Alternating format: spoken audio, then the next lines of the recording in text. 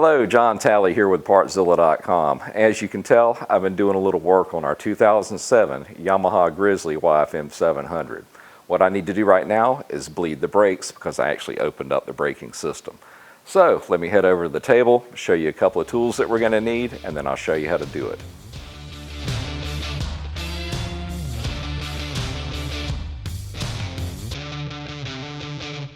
Alright guys, this is going to be a skill level 1 with the shortest tool list in history.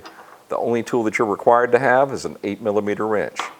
Beyond that, you just need some type of catch tank along with some rubber hose. Now I'm going to show you two ways how to bleed the system. One is going to be the manual way. The second way, I'm going to use the MityVac, which makes this operation a whole lot simpler.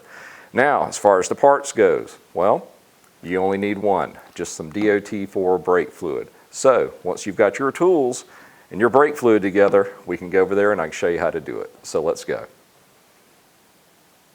All right, let's start by pulling this reservoir cover. But before we even do that, let's get some type of paper towel or towel and just drape it over the machine because brake fluid is pretty caustic stuff. All right, on this model, it's just a couple of Phillips. So when should you bleed the brakes on your machine? Well, at least annually. I also do it when I put on new pads, and it's absolutely necessary if you open up the system, which I did on this particular machine. So it needs to be bled, because when you open it up, you're going to get air in the system. Fortunately, we didn't lose too much fluid, and if this was completely empty, that would mean that we'd have to flush it all the way down. So with it not being that low, we can just refill it and then bleed it out here. Now down at the caliper, we're just going to use that length of hose and that 8mm wrench. Go ahead and put the wrench on now, then attach the hose to the top of the bleed screw. And then the other end of the hose is just going into an old oil can. So the procedure is this way. You're going to pump it up, hold, and then release the valve. Close the valve, pump it back up, hold, then close. And just repeat that process over and over again. And after you do it about 6 or 7 times, you're going to want to go up there and make sure your level's okay. Now I can tell by looking at this fluid, it is really dark. So I'm betting it has never been bled. Plus it smells awful. We'll go ahead and do this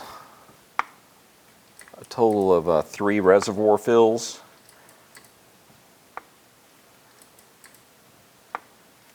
And then we'll switch over and do the exact same procedure on the left side. And by that point, we should have all new fluid on the front brake system.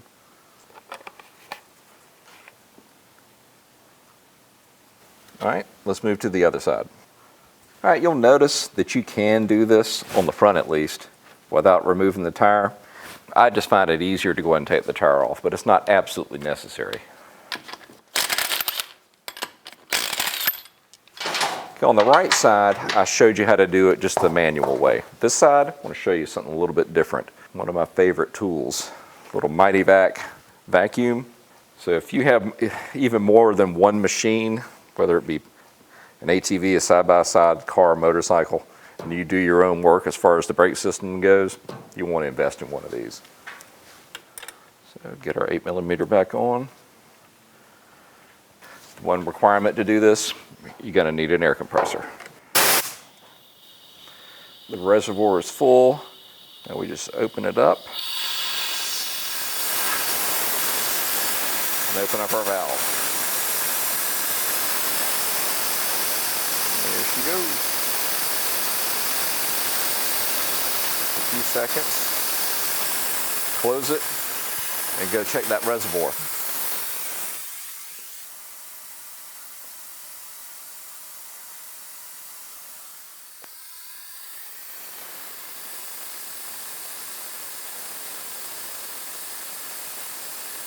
Do it one more time, then I think we're done.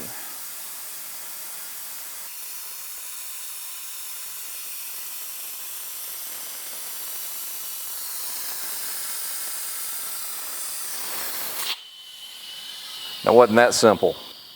Now we can take this off, put that cap on, and go set our level. Our lower level is about halfway up on this little eye, and we're going to go right up to the top edge. That's it.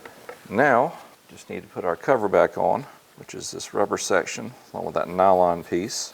One thing you want to keep in mind when you refilled the reservoir is you do not want to fill it all the way to the top unless you have new brake pads on, because if your brake pads are worn and you fill it all the way to the top, when you go back and replace them with new, you have to compress the cylinder back inside the caliper itself. And when you do that, there may be too much fluid in the system and it may backflow out up here, and you don't want that. So just keep that in mind when you're filling it up. If you're going to fill it up to the top, make sure you got new brake pads in place. All right, that feels good. All right, guys, well, that finishes up this little project. Well, listen, if you need any parts for your machine, why don't you come see us at Partzilla, and we can get you taken care of. If you have any questions or comments, leave them in the section below, and I'll do my best to answer them. If you like what you see, why don't you hit that subscribe button? That way you'll be informed of whatever I'm working on next. Listen, we just want to say thank you for shopping here with us at Partzilla, and we will see you in the next video. Have a great day.